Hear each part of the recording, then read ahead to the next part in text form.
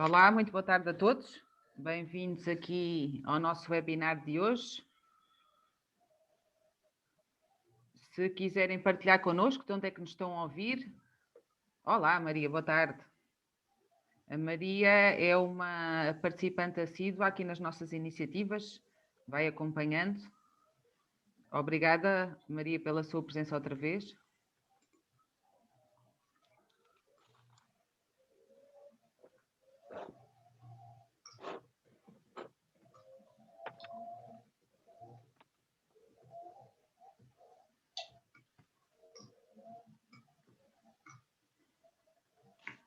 Temos também aqui o Carlos Carrazedo. Olá, Carlos. O Carlos foi um dos... fez parte do grupo da primeira edição da nossa pós-graduação em gestão para PMEs, com a Nova. Aqui uma parceria que a Câmara e a Nova fizeram e acabou em janeiro deste ano. Obrigada, Carlos, também por estar aqui hoje. Boa tarde, Guilherme. Olá, Joaquim.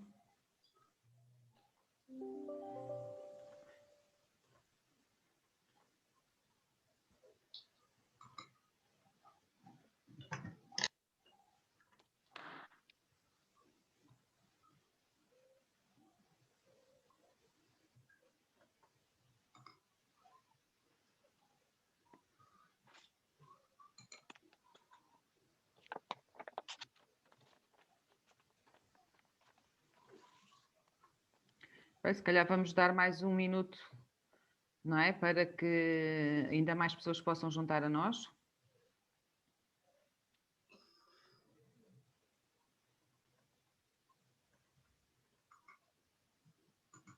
Também estou aqui a ver a Cristina Coelho. Olá, Cristina.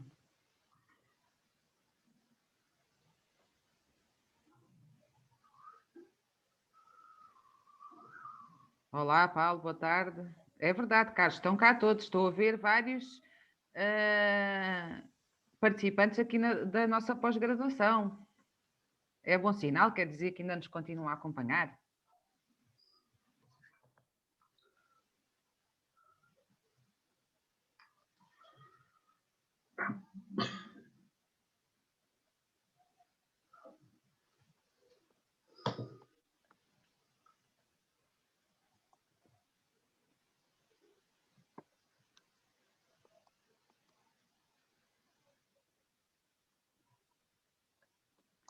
Bem, então, se calhar, se concordarem, já demos aqui, vá lá, 2 minutinhos da praxe, não é? Eu começava então por cumprimentar-vos novamente. Boa tarde, bem-vindos então a este webinar. Para quem não me conhece, o meu nome é André Jota e eu sou responsável de marketing e comunicação da Câmara de Comércio e vou-vos acompanhar durante a sessão de hoje. Obrigada por estarem aqui hoje. Aqui este evento que foi organizado e foi pensado para ajudar os empresários a identificarem em si e no seu negócio as competências e ferramentas necessárias para gerir a empresa num cenário de grandes incertezas, pressão psicológica e emocional e que me parece bastante adequado ao contexto em que temos vivido.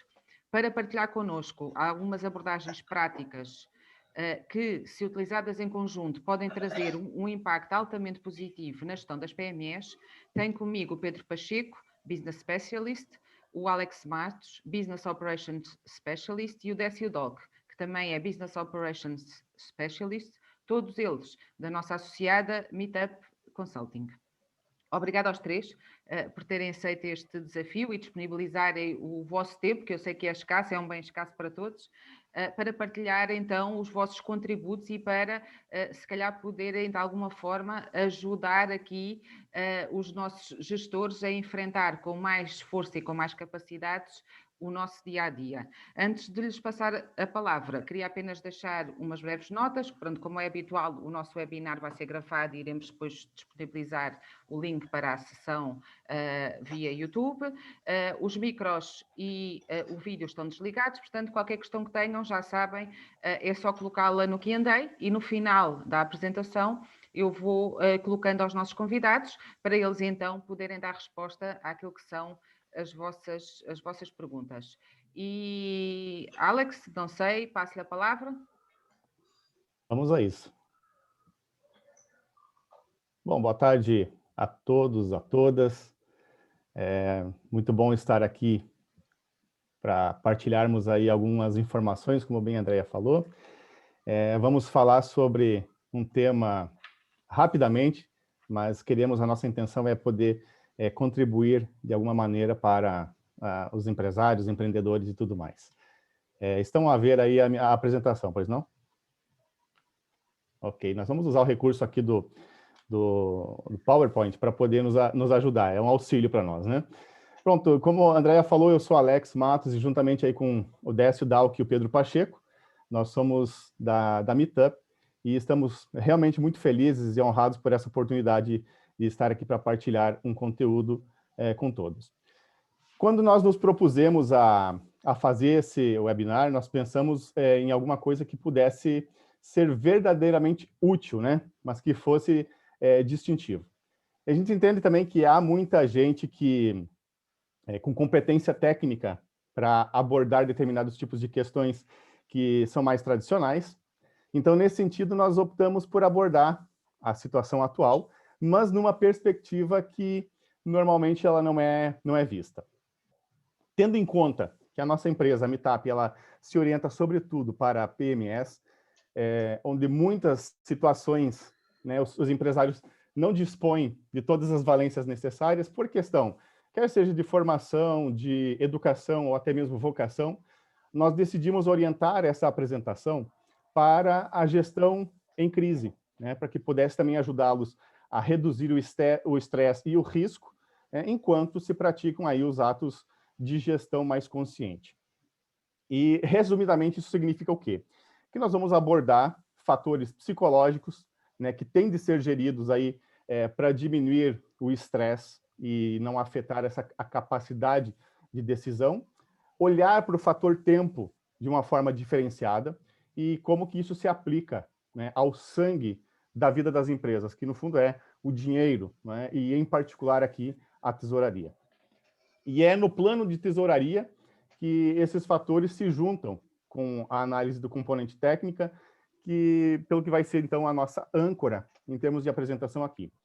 Em suma, pessoal, o que nós procuramos responder com essas provocações que faremos aqui. Quanto tempo eu tenho antes de fechar a empresa? Tá? Se a economia, a empresa, ela recupera antes ou eu tenho efetivamente de preparar o encerramento da empresa? Ainda, o que é preciso para sair da situação? Se eu tenho condições de gestão para obter aquilo que eu preciso e como que eu posso manter a capacidade de decisão em níveis objetivos. A gente sabe que quando faz tudo o que pode fazer de maneira estruturada, as coisas correm melhor, tudo sai melhor. E, por consequência, o estresse ele é diminuído ao mínimo possível. E nós temos que ser muito honestos, o estresse não pode ser eliminado, mas ele pode ser reduzido ao mínimo possível. E nós tentamos fazer nessa nossa abordagem aqui, usando de uma linguagem, de uma certa forma, um pouco técnica, mas que isso não venha interferir na mensagem, que fique acessível a todos e todas. É muito interessante também, vamos passar aqui o próximo slide, entender esse conjunto, e nós vamos depois desdobrar mais os aspectos pontuais aqui. E eu gosto muito desse tema do ciclo de aprendizagem, para entendermos um bocadinho, né, e aproveitarmos melhor esse evento. Então, veja, nós temos aqui um quadro onde traz algumas informações. Nós temos uma competência inconsciente. E isso significa o quê em termos práticos? Há coisas que eu sei fazer, há coisas que eu faço e faço bem feito, e isso está no modo automático praticamente. Ou seja, faz sem precisar um esforço cognitivo muito grande para fazer. Aí nós temos do outro lado aqui embaixo a competência consciente, ou seja, é algo que eu sei fazer, mas isso demanda de mim uma certa concentração, um certo esforço cognitivo, uma certa atitude mais ativa para poder colocar aquela competência a serviço de uma determinada tarefa. Nós vamos ter depois aqui uma incompetência inconsciente. O que significa isso? Significa que eu tenho a consciência, eu sei que eu não sei determinado tipo de abordagem, prática, método, ferramenta. Ou seja, eu reconheço, eu tenho essa incompetência, né? E ela já é consciente para mim. Ou seja, trocando em miúdos, eu sei que eu não sei.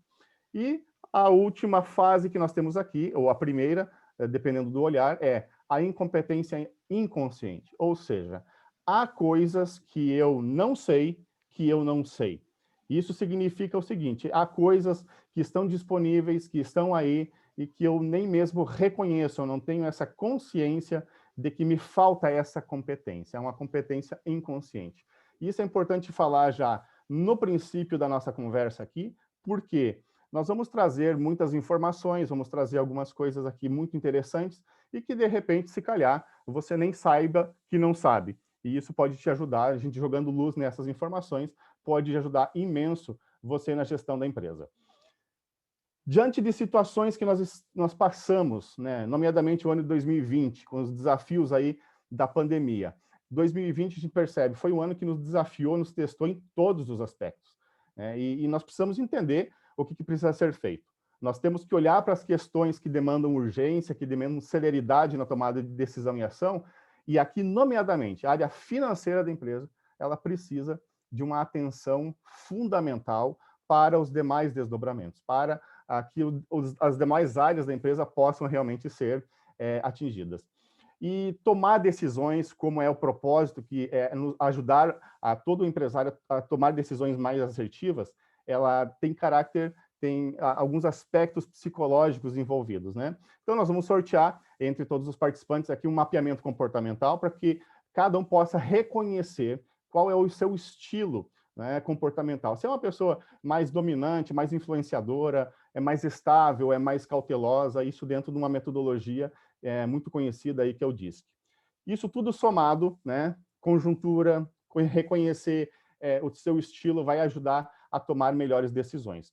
Portanto, aqui nós chegamos na pergunta, conforme eu já falei antes, por que escolhemos tesouraria e finanças? A gente entende que é o sangue da empresa, né?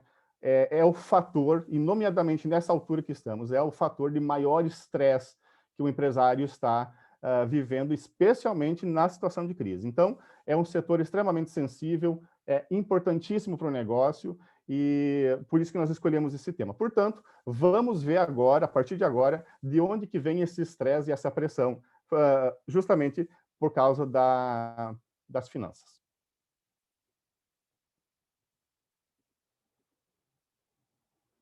Olá, cabe-me a mim agora pegar na deixa do Alex. Eu sou o Pedro e vou começar por elaborar um bocadinho sobre quais são as razões que causam stress aos empresários e que dão maior insegurança e incerteza.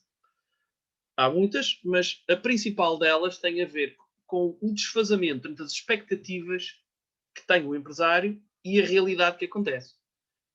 As principais razões para este desfazamento normalmente estão ligadas com ou a falta de tempo, ou a falta de recursos, ou a falta de competências, no sentido de falta de capacidade de algum estilo para resolver as questões que estão à nossa frente. A falta de tempo normalmente pode haver outras razões, mas as principais são aquelas que estão aqui no PowerPoint, mais gestão de tempo ou excesso de trabalho para aquilo que a equipa tem.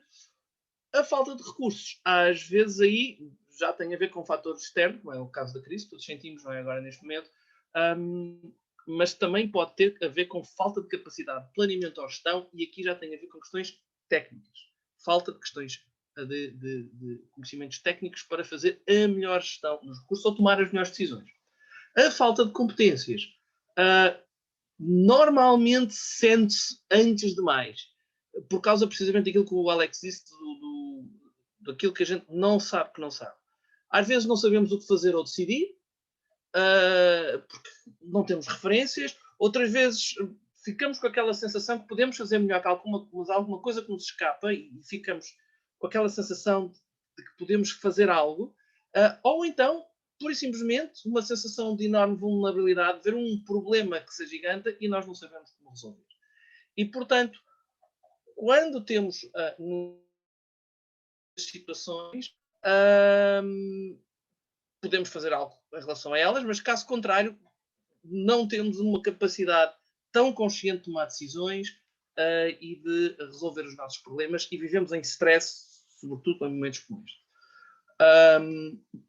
Vamos começar então por abordar o primeiro dos fatores, que é o fator tempo. Pequena introdução. É curioso como este fator, que está presente em tudo, nós vivemos no tempo, não é? Pode ser tão esquecido ou nem sequer... As pessoas nem sequer se lembram que ele existe. Mas é uma coisa que, se nós gerirmos, muda completamente a nossa visão. Nós falamos do resultado líquido do exercício. Mas o exercício o quê? É um ano. Normalmente o ano civil. Ou falamos das vendas. Mas quanto é que tu vendes? Não. Quanto é que tu vendes? Por mês. Quanto é que tu vendes? Por ano. Portanto, há sempre um fator de tempo adstrito àquilo que nós fazemos. E aquilo que nós frequentemente vemos em alguns dos nossos clientes menos preparados para esta questão, que são muito bons nas suas áreas, é que, quando estão a falar de tesouraria, ou usam a conta bancária para fazer um planeamento até ao final da semana, ou até às vezes até ao final do mês. Há quem faça daqui a 6 meses, para saber daqui a 6 meses quanto dinheiro é que eu tenho na conta. Mas depois não fazem a gestão ao longo do tempo de tudo aquilo que poderia ser feito e que de facto está envolvido e podia trazer melhores resultados. O que é que acontece aqui? Ao introduzirmos a questão do tempo no nosso raciocínio, tudo muda. Porque o tempo está sempre presente. Há sempre um dia depois do dia daquele dia que vem a seguir. E até chegar aí, há todo o durante.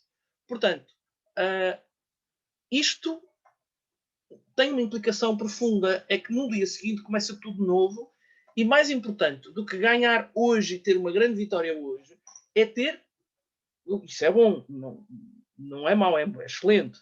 Mas mais importante que isso é nós termos um trend positivo ao longo dos anos que basicamente diga nós vivemos ao longo do tempo e não tivemos uma grande vitória para a seguir cair e temos que fechar a empresa ou temos grandes dificuldades. Portanto, mais importante talvez do que as vitórias individuais é a perspectiva temporal que nós temos que gerir. Mas isto também tem outra coisa, também uma coisa extremamente importante na forma como vemos a nossa atividade. É quando introduzimos a questão do tempo, estamos automaticamente a aceitar que há uma necessidade de sermos consequentes, autores da nossa vida e proativos. Porquê?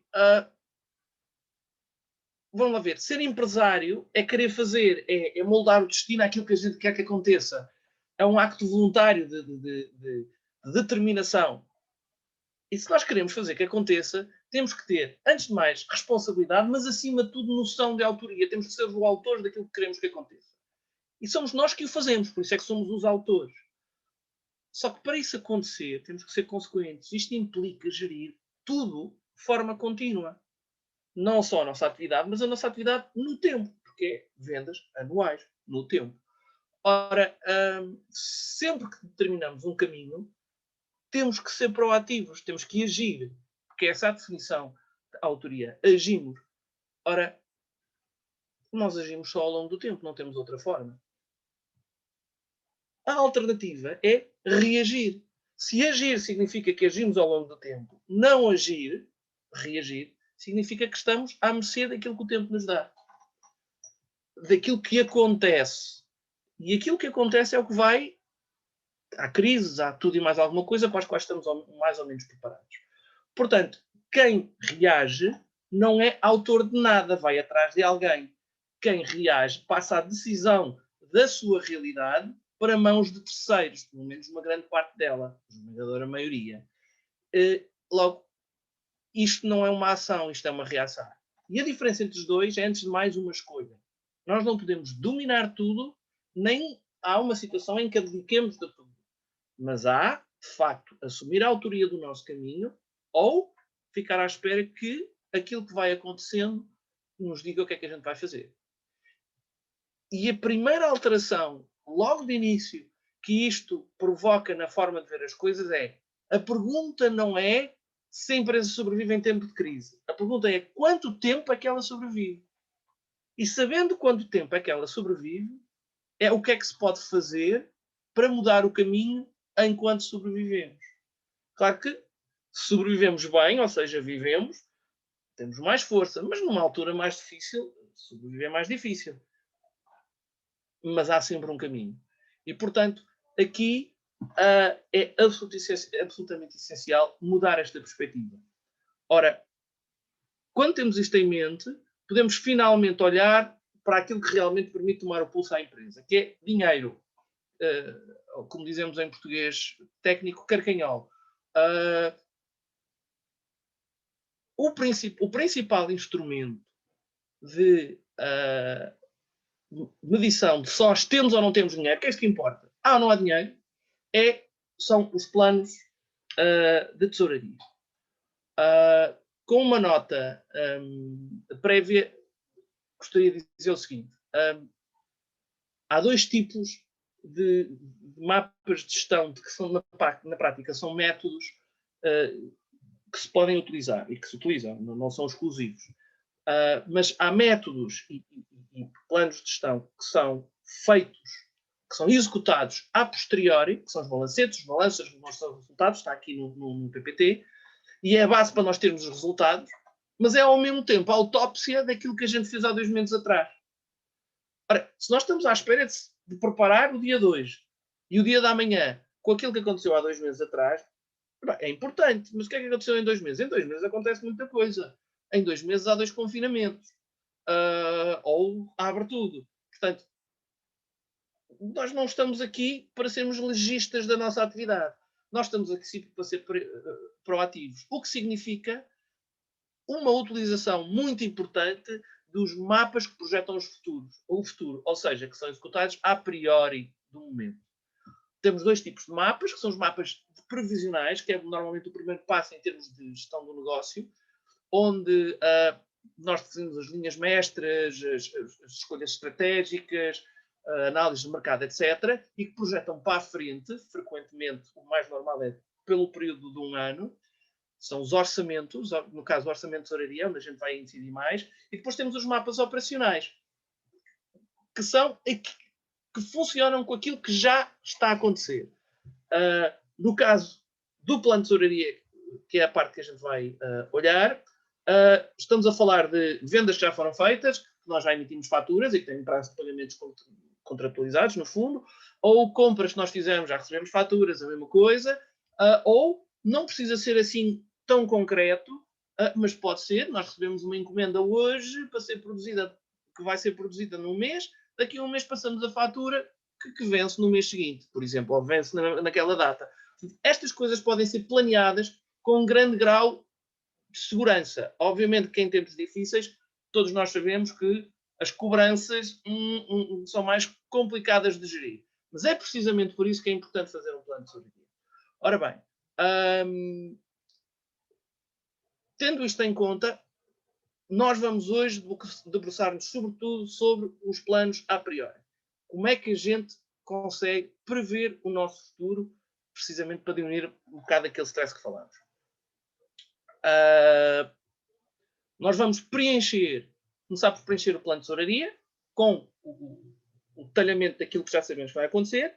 Depois vamos olhar para o orçamento de tesouraria com o melhor conhecimento disponível e depois vamos fazer uma abordagem pontual, muito simples, relativamente às considerações estratégicas que eles implicam. Porque cada vez que nós fazemos um plano, ele tem pressupostos, e esses pressupostos implicam uma atitude e um conjunto de situações que podem ou não verificar-se, e nós temos que ter uma atitude perante isso. Ok?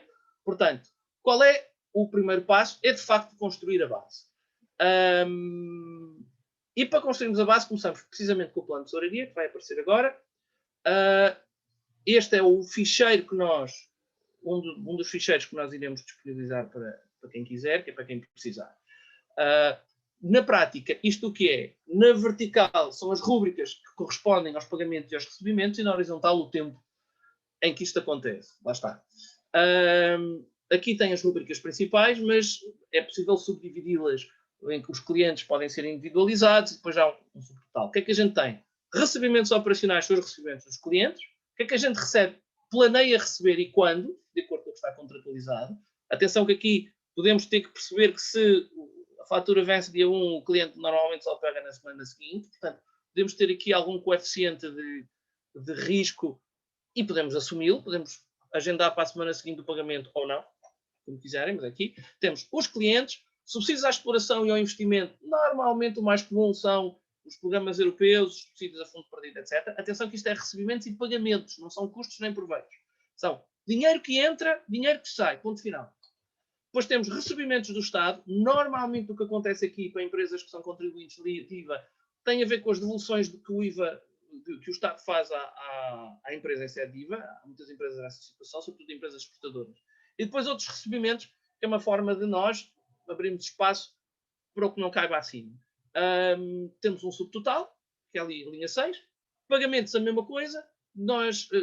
Só que aquilo que nós pagamos, não é verdade? Pessoal, que é um fator importante. Fornecedores, nós optamos por não dividir fornecedores de bens de investimento de fornecedores de atividade normal, porque acho que aqui não vale a pena. Estamos a simplificar o processo. Nós estamos a tentar usar uma nomenclatura mais simples, sem perder qualidade técnica à análise.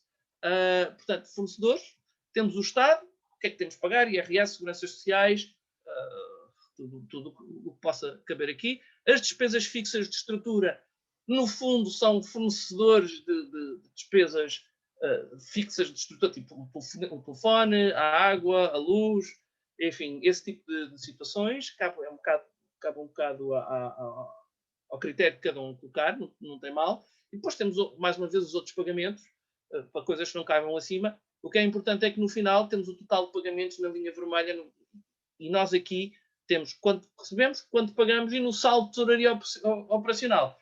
Percebemos em cada um destes dias quanto é que nós geramos. Ok? É verdade, esqueci-me, a primeira linha diz saldos bancários e outras comunidades, é a quantidade de dinheiro que a gente tem em contas bancárias e em caixa no início de cada período.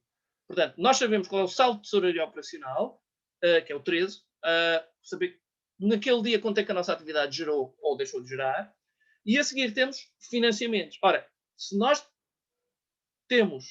necessitamos de financiamento, convém que a coisa não esteja misturada, para nós percebermos o que é que vem realmente da nossa atividade e o que é que vem das necessidades de financiamento.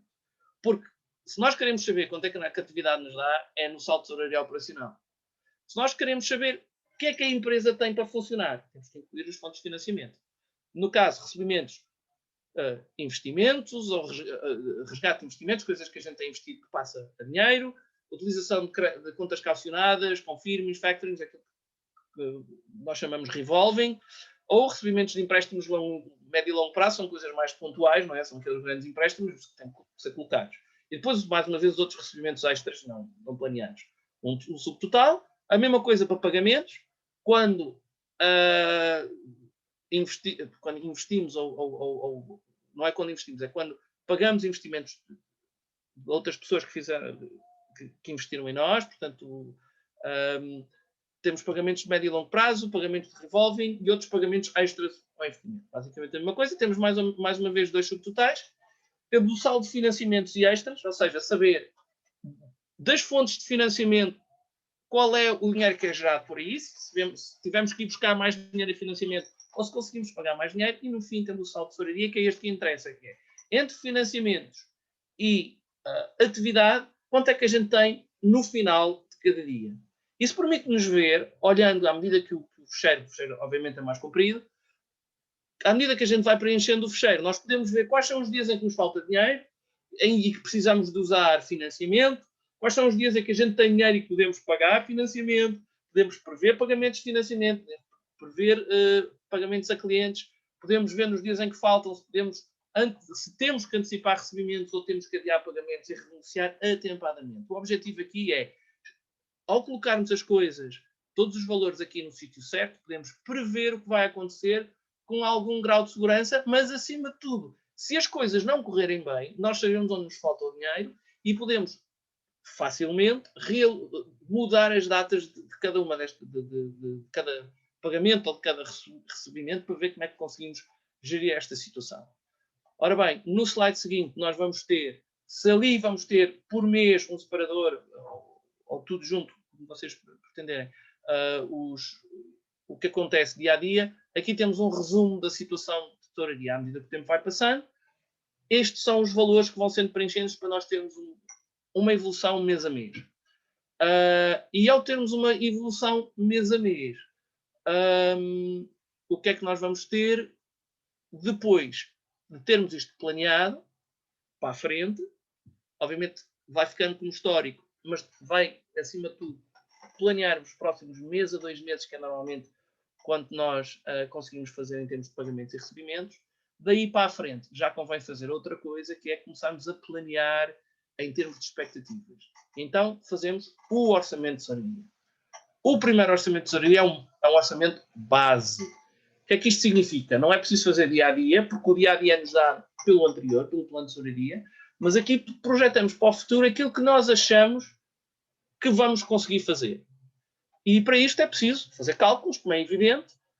O mapa é mais simplificado e então sabemos quanto é que temos no início e no final do período, são valores que transitam, não é? Mas saber quanto é que vamos vender, quanto é que vamos receber de subsídios, temos expectativas disso, não, recebimentos do Estado, tudo isto que aqui está, basicamente uma organização um bocadinho diferente ao que vinha lá acima, mas que nos faz perceber quando é que vamos receber, atenção, não é quando é quando vender, quando é que vamos vender, é quando vamos receber o valor das vendas, ok? Que é para termos uma noção para a frente, em função da atividade, o que é esperável e como é que nós programamos. Se nós prevemos que vamos ter vendas mais baixas e, portanto, receberemos mais baixos, temos que prever nos pagamentos algo que compense isso, ou através da diminuição de pessoal, ou através de outras atividades que nos permitam vender mais, por exemplo. Ora bem, isto forma um cenário, e este cenário tem, depois, considerações estratégicas, ou seja, pressupostos, que nós dividimos em 2 tipos de pressupostos. Fatores internos, que dependem mais do nosso poder e que têm a ver com o que é que nós vamos fazer relativamente ao fator trabalho, em relação ao pessoal. Que tipo de estratégias vamos adotar? Ora, se nós estamos a prever aumento de vendas e aumento de atividade, não podemos baixar o fator trabalho, a não ser que a gente vá para a subcontratação. Os custos fixos e custos variáveis, se vamos diminuir a atividade, nós vamos poder diminuir custos variáveis, mas não vamos, possivelmente, não conseguir controlar tantos custos fixos. Ou seja, há todo um conjunto de situações que podem ocorrer relativamente a cada um destes pontos que é importante nós tentarmos perceber o que é que se subentende quando fazemos aquela hipótese base. O que é que isto significa em termos de fator de trabalho e ser consciente disso. O enquadramento jurídico institucional, obviamente na área externa, o que é que o Estado e o Governo nos oferecem e o que é que nós temos que cumprir. A relação com o Estado em termos de segurança social, de IRS, que são, se nós não cumprimos, somos criminalizados por isso, como empresários, não é? Mais do que isso, o IRS não tem só a ver com a relação com o Estado e para pagar menos impostos, também tem a ver com a relação com a banca. Se nós temos muito crédito ou necessidade de crédito, é preciso ter cuidado. Se temos resultados líquidos muito baixos, arriscamos depois a que a banca não nos dê o dinheiro. Portanto, nós não pagamos por um lado, mas também não recebemos por outro.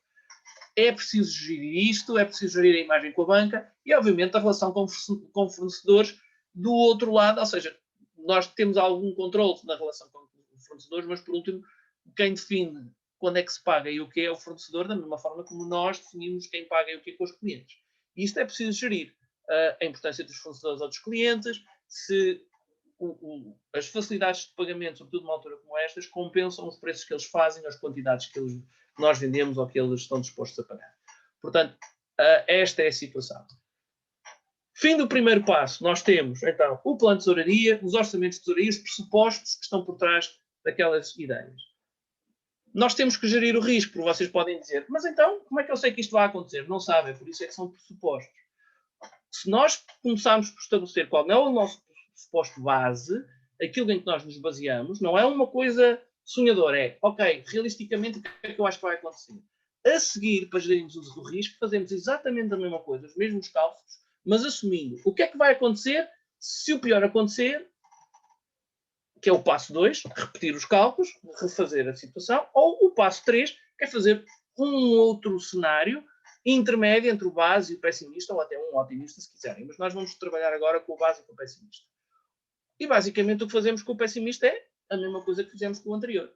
Só que em vez de preenchermos as coisas que nós achamos que vão correr bem, quer a nível de valores, quer a nível de pressupostos estratégicos, vamos partir do princípio que algumas coisas correm mal. E vamos olhar para eles, ver o que é que nós partimos do princípio que correu bem e dizer isto não vai correr tão bem. E vamos fazer uma perspectiva mais conservadora.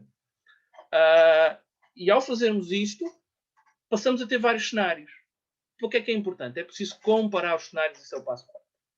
Porque quando compararmos os cenários, começamos a ver onde é que são, de facto, as diferenças relevantes. Às vezes são valores de vendas, às vezes são indicadores de risco puro e simples. Se vamos ou não ter confinamento. Isso pode, pura e simplesmente, alterar entre um plano base mais ou menos aceitável para um plano muitíssimo arriscado, sobretudo se formos à restauração, por exemplo. Ok? O que é que acontece? Temos uma lista dos pressupostos em termos estratégicos e depois temos uma comparação entre o caso, entre a realidade, que foi o primeiro cenáriozinho que a gente viu logo a seguir ao plano de tesouraria, e os vários cenários. E podemos comparar os dois. E uma coisa que o nosso fecheiro nos vai dar é, em termos de tudo que for valorizável, que entra neste plano, há um indicador que nos diz qual é o cenário que está mais próximo daquilo que nós temos vindo a viver. No caso aqui deste exemplo, nós vemos que em termos de pagamentos, o cenário base está mais próximo da realidade, mas que em termos de recebimentos é o caso pessimista que está mais próximo da realidade. Logo, em termos de tesouraria líquida, o caso pessimista está mais próximo da realidade e nós temos que assumir que estamos mais próximo de um caso pessimista do que não. Pode ser ao contrário, reparem, não estou a ser pessimista e eu estou a dar este exemplo. Ao sabermos qual é o cenário que de facto nós temos que enfrentar e para o qual nos temos que preparar, vamos então passar para o último passo, que é, tendo em conta os cenários que temos pela frente, começar com a parte onde eu acabei o cenário anterior, que é, tendo em conta as considerações de análise e da política de estratégia, para cada um dos cenários, o que é preciso fazer para levar a empresa a bom porto. Ok? Segundo, nós precisamos antecipar ao máximo as decisões. Para quê? Para nós podermos tomar antecipadamente as ações necessárias e ser proativos. Para isso é preciso balizar os cenários. Vocês viram há bocado no exemplo anterior que algumas das balizas são o saldo de tesouraria, o saldo de pagamentos, o saldo de recebimentos. Mas podem ser outras balizas. Nós temos é que olhar para os nossos pressupostos e para os valores dos planos diversos e perceber quais são os pontos que são aqui essenciais. E quando os temos determinados, à medida que o tempo vai passando e a gente vai vendo o que aconteceu para trás, nós podemos ver, ok, eu estou próximo do cenário 1. Então, já sei o que é que está a acontecer. Quando eu fiz o cenário 1, eu fiz também um plano de ação. Obviamente, tudo isto tem que ser revisto, algumas coisas diariamente. O plano de tesouraria tem que ser atualizado diariamente, sempre que houver movimentos. Outras coisas, de semana a semana, mês a mês. Mas, se todos estes planos forem mantidos em dia, será muito mais simples nós, a cada momento, sabermos o que fazer. E ao termos noção de que fazemos o melhor possível para cada momento, estamos a gerir melhor a empresa e, portanto, melhor gestão de recursos, diminui-nos o stress por falta de recursos e melhor gestão do tempo, porque temos noção do que fazer, não perdemos tempo com coisas que não valem a pena. Terceiro, porque estamos a fazer a coisa certa, dentro da nossa melhor capacidade a cada momento. E, portanto, isto retira-nos aquela sensação de stress de ai meu Deus, eu podia estar a fazer melhor, mas eu não sei o que fazer. Ok? Ora, em função do que acontece, nós temos os cenários, os planos de ação, temos que tomar decisões. E é nesta fase que o papel do gestor como líder e como decisor tem o seu pico, não é? Tem o seu ponto alto. Nós já temos a capacidade de saber o que é que vai acontecer em cada cenário, portanto, o que é que nós planeamos que aconteça em cada cenário e o que é que podemos fazer com antecipação. Particular interesse para situações em que ou nós conseguimos antever com 2 ou 3 meses que vamos ter que fechar daqui a 9 e, portanto, podemos prever a situação, ou, de repente, estamos com grande dificuldade, mas sabemos que daqui a 3 meses isto vai explodir e temos que preparar a capacidade de retoma. Ok? São os casos mais extremos. Quando estabelecemos as balizas para acompanhar a realidade, temos que ver qual é o cenário mais próximo, foi o que eu acabei de dizer há pouco, e temos que, ao antecipar as situações e atuar preventivamente, que é este o objetivo para sermos proativos, temos também que ter conhecimento de quem somos. Se somos um decisor que é amante do risco ou avesso ao risco, que é para o amante do risco, vai tudo correr bem, e depois não corre, e as coisas não foram previstas da melhor forma para prever, para obviar a situação. Ou, o contrário, e isto corre tudo muito a mal, e fazem-se as piores decisões, e de repente a empresa pode fechar com imensos prejuízos, quando se calhar tinha uma solução ao lado que permitia sobreviver com algum conforto. Outra coisa é, nós temos planos de ação, mas e nós somos resilientes à pressão e ao stress ou não? Não vale a pena estar aqui com um grande plano de ação quando olhamos para eles e vemos eu não tenho capacidade para isto, porque vou estar sem saber se vou receber e não vou conseguir negociar com a banca com toda aquela certeza de que preciso. Portanto, é preciso ser realista. E aqui nós temos que pensar que podemos precisar de apoio ou da nossa estrutura na empresa ou de pessoas externas para nos ajudarem a ter uma visão fria e mais crua da realidade, ou pelo menos não tão envolvida connosco. Ok? Ora, tomadas as decisões e sabendo nós qual é o plano de ação, fazemos a última coisa, ou pelo menos uma das coisas mais importantes que é preciso fazer e que nós não temos noção, que é gastar o nosso tempo em função da importância dos assuntos. Ora, frequentemente, porque nós gostamos mais, acabamos por gastar mais tempo. Um tempo ocupado e deixamos para trás assuntos que são importantes ou assuntos que são emergentes. Mas este nem é o caso mais comum. O caso mais comum é, há aqui um assunto urgentíssimo que tenho que tratar. Sim, mas às vezes o assunto urgentíssimo não é tão importante. O que é importante é preparar a reunião com o banco daqui a uma semana, que é preciso reunir uma série de informação e estar bem preparado, e nós acabamos de gastar o tempo a negociar com um cliente que se calhar pouco vale. Não estou a dizer que pouco vale, cada caso é um caso. Portanto, se nós conseguirmos ter uma visão clara de qual é o tipo de gestão de tempo que fazemos em função disto, como catalogamos os assuntos, nós vamos ver que se nós primeiro tratarmos dos assuntos que são emergentes e depois dos importantes, vai-nos sobrar tempo para o resto, porque o resto acomoda-se. O resto acaba por acontecer. Atenção que, à medida que o tempo vai passando, a classificação dos assuntos pode alterar. É preciso tomar atenção a isso. Mas, quando altera. E ao alterar, nós continuamos a dar prioridade aos assuntos que são realmente prioritários, as coisas, de facto, correm melhor. É aqui também que nós temos que ver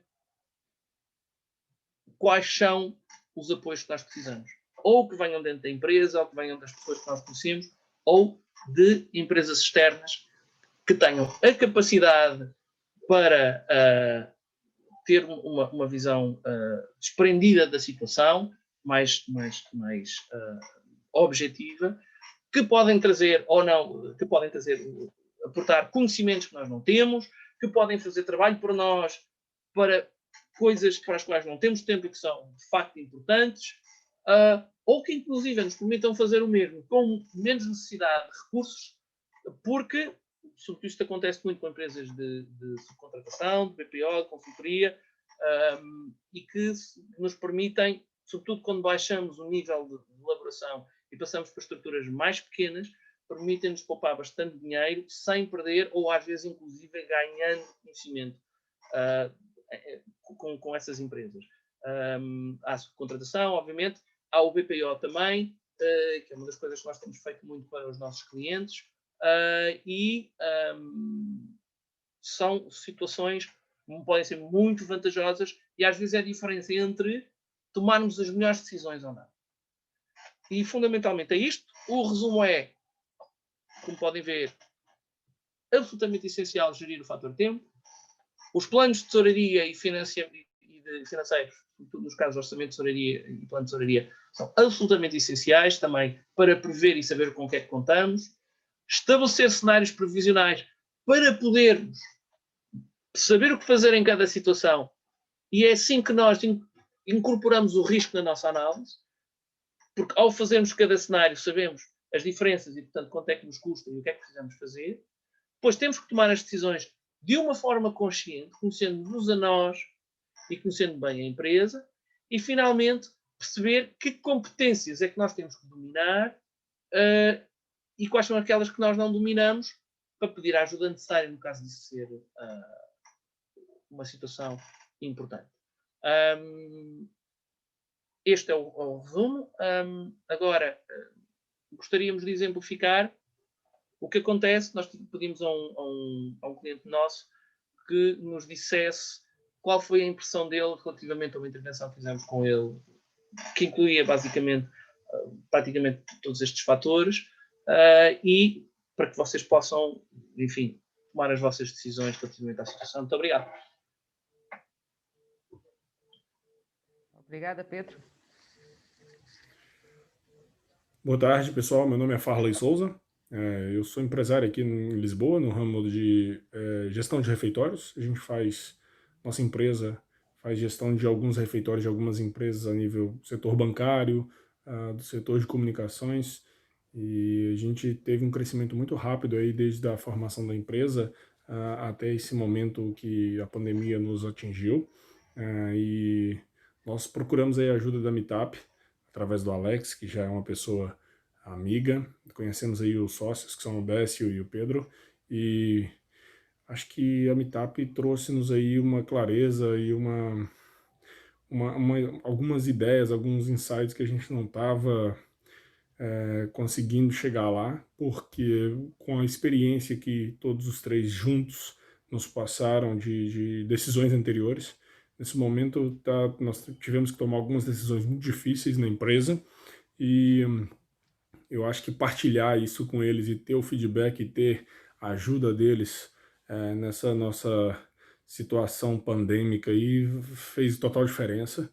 Tivemos que tomar algumas decisões muito difíceis nesse momento, mas que eu acho que um bocado toda a restauração está tendo que tomar, pensar, repensar o negócio, e ter uma ajuda aí de quem vem de fora, de quem tem uma visão menos emocional com o negócio, com certeza fez diferença para nossas decisões recentes, e indico bastante eles, profissionais exemplares, e estão sempre nos ajudando na medida do possível, e sempre através de um contato tenho conseguido falar com eles, e está indicado. Conheçam a Meetup. Um abraço.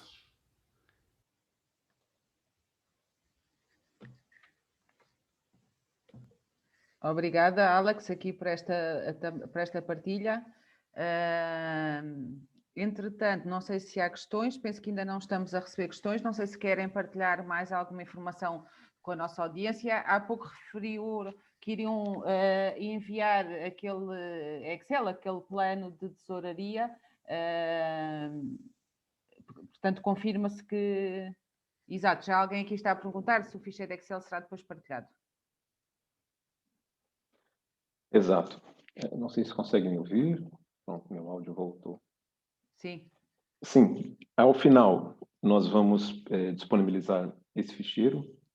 Inclusive, também, o Alex depois traz mais detalhes. Nós vamos ofertar um serviço, um outro material, um outro conteúdo.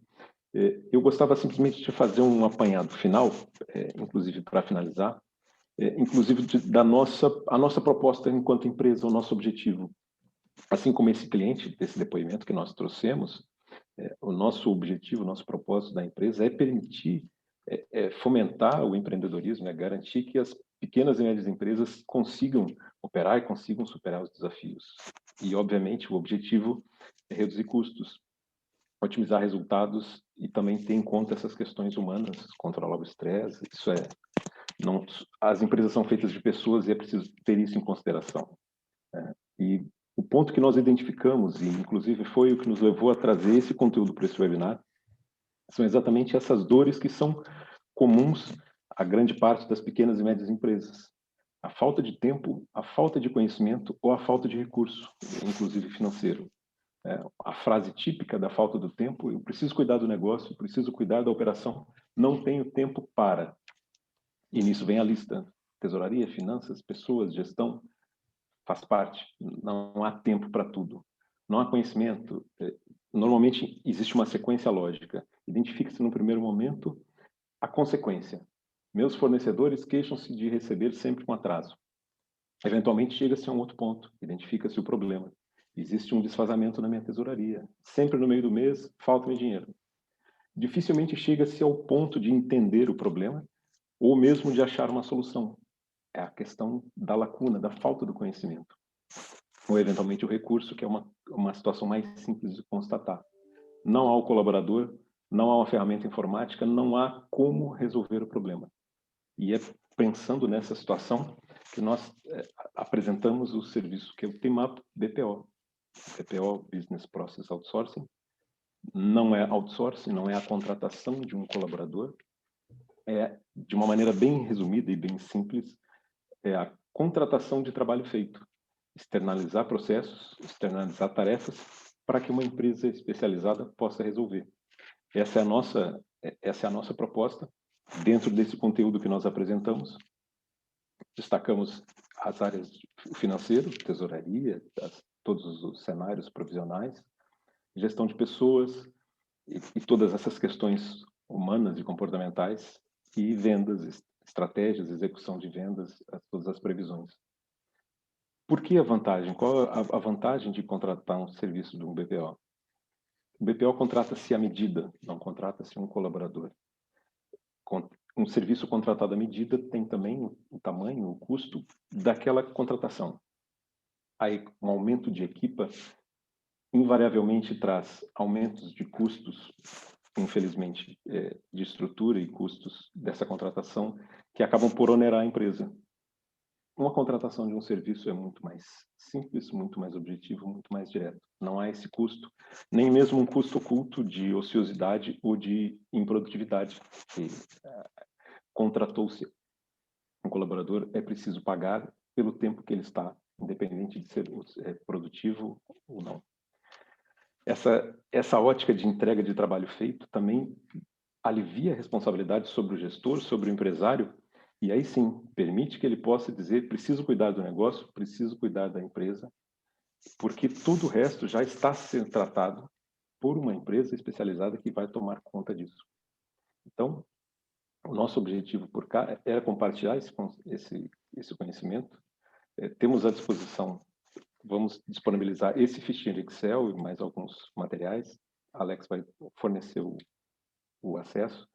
Podem conhecer um pouco mais do nosso serviço no site bpo.pt, bragaportoodivelas.pt, bpo.pt, e também gostávamos de desafiar a si para que marque uma reunião conosco, sem compromisso, sem custos, para que nós possamos tentar identificar como superar esses desafios desse ano, desse momento único num século de pandemia, e possamos fazer a virada e possa ser um ano de retomada. É isso da minha parte. Muito obrigado. Alex. Bem, dando sequência para encerrar aqui, então o material que nós mencionamos aí durante a apresentação vai ser disponibilizado através de um link que nós estamos oferecendo aqui. Então, nós estamos oferecendo também a execução de um serviço gratuito, tá? Que é o serviço Boost, que é um diagnóstico rápido e um plano de ação imediata, onde fizemos uma análise da empresa e propomos algumas ações baseadas na conversa que teremos com o empresário. Para se habilitar a participar desse sorteio, basta acessar esse link. Eu vou pedir para o Décio colocar o link no chat, e aí o pessoal consegue aceder também e fazer a inscrição. Vamos sortear também um mapeamento comportamental DISC Profiler, tá? Que é aquele mapeamento que eu comentei lá no princípio da apresentação. Vai mapear aí o estilo comportamental do empresário. Para isso, basta aceder ao link que vai estar disponibilizado aí, e aí depois nós enviamos. Nós vamos proceder o sorteio até na sexta-feira, depois a gente manda o link aí para vocês perceberem como é que foi o sorteio, tá? E também, inclusive, o ficheiro em Excel que foi apresentado pelo Pedro. Tá? Dessa forma, a gente entrega para todas as pessoas que se inscreverem, respeitando também assim o RGPD por causa dos dados. Nosso e-mail está aqui abaixo, geral@meetup.pt, conforme o Décio falou, estamos aí à disposição de todos, e também pode conhecer mais do serviço em específico, bpo.pt. Pronto, não sei se ficou alguma dúvida, então volto agora para a Andréia e ficamos aqui à disposição. Obrigada, Alex, aqui pelos esclarecimentos sobre como é que aqui os nossos participantes podem obter mais informação e obter os documentos que foram partilhados. Não tenho dúvidas, portanto, eu acho que isto ficou bem claro para todas as pessoas. Eventualmente agora, acho que é uma informação que eventualmente todos temos que digerir, não é? E que tomar consciência dela, lá está, que é importante, e eventualmente depois pensar quais os próximos passos e como é que podemos levar isto para a nossa empresa na prática, no dia-a-dia, para conseguirmos ter os resultados que queremos e que todos ambicionamos, que obviamente é que todas as empresas sejam bem-sucedidas e que consigam ultrapassar todo este contexto de uma forma, com o menos impacto negativo possível, não é? Bem, resta-me agradecer então ao Décio, ao Alex e ao Pedro. Muito obrigada pelos vossos contributos e insights, e despeço-me também aqui dos nossos participantes, da nossa audiência. Muito boa tarde, obrigada por terem estado connosco quase estes 60 minutos, e com certeza que vou vê-los em breve noutras iniciativas da Câmara de Comércio. Muito obrigada, boa tarde. Obrigado, boa tarde. Obrigado, boa tarde também.